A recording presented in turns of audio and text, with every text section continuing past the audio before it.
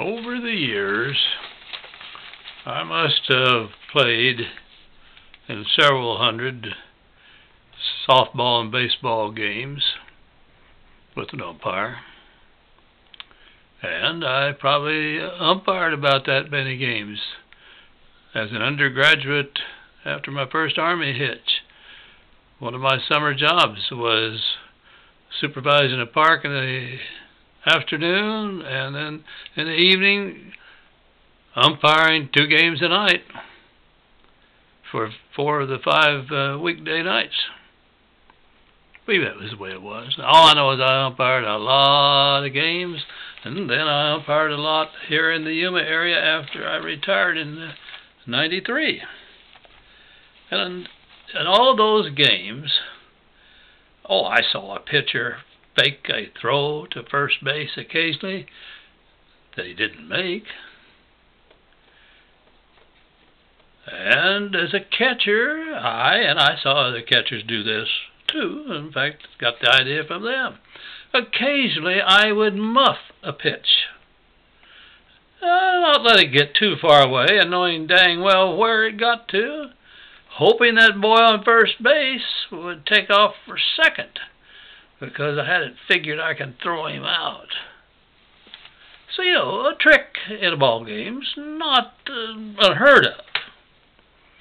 But I'll tell you here recently, I read a sports story that I laughed till I cried. Partly because I had an interest in it. A couple of my ex-ball players when I was coaching in the junior high are baseball coaches here in the area. One of them's not involved in this game, not one of my boys. The title says, One Hit Wonder. The picture shows a sidewinder, a boy from the San Luis High School, tagging out a boy from the Yuma Catholic High School, the high school our granddaughter goes to. The big headline, One Hit Wonder, is because Yuma High School only got 1 hit. The interesting thing, though, that made me laugh was this. Edward Carifio, the sports writer, says San Luis starting pitcher Edgar Valencia, I think that's a picture of that young man,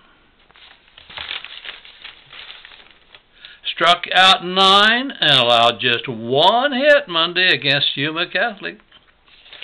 Excuse me, a perfectly executed trick play by Valencia and the Sidewinder defense made sure that leadoff hit in a scoreless game didn't turn into a shamrock at Yuma Catholic rally. Well, they escaped a rally by getting that boy out, and they never got anything going again, and the Sidewinders ended up winning 9-0. But you never know how that game might have turned out. If they got a rally going, they had a good hitter coming up, number 3 hitter, man on first base, scoreless game at the time. The details. Brendan Evans started the 4th for Yuma Catholic with a single off of Valencia, who had retired the last 8 Shamrocks and had 6 strikeouts at that point. The kid had his stuff that day. Yuma Catholic's good ball team. With number 3 hitter Eric Garcia at the plate, Valencia made a move to first base. Juan Ortiz and right fielder Alejandro Garcia acted as if the ball got away, with the second baseman pointing out the location of where the ball was down the line and right. But it never left Valencia's hands. Evans took off. Valencia threw the second to easily get the first out in the inning, and then he retired 11 of the next 12 batters. Only 3 runners, in fact, reached first for Yuma Catholic all game. That 1 hit and 2 walks, 1 in the first and 1 in the 6th. The kid had a tremendous control and a great day as a pitcher. Now the Yuma Catholic school coach said, it's one of those things that you don't like to see plays like that. But it worked. I admire that coach. Kurt, I don't know how to pronounce his last name, F-O-P-P-E. Good man. Kind of coach I like to see. He doesn't make a big deal out of it. He says they executed it perfectly. What they did well more than anything is that while I was over there coaching third base screaming, back, back, back, my player couldn't hear me. I'm not quoting exactly, because they instruct their guys to yell in the dugout. And then you can't hear me yelling back. Our guy got suckered. That's how it was. They play again. They won't get away with it again. They may never try it again. I found it interesting a little later in the article. Valencia said the play sparked the Sidewinders. I bet it did. We first started down, but that really changed us when we got that out. It gave us momentum. Yeah, it did.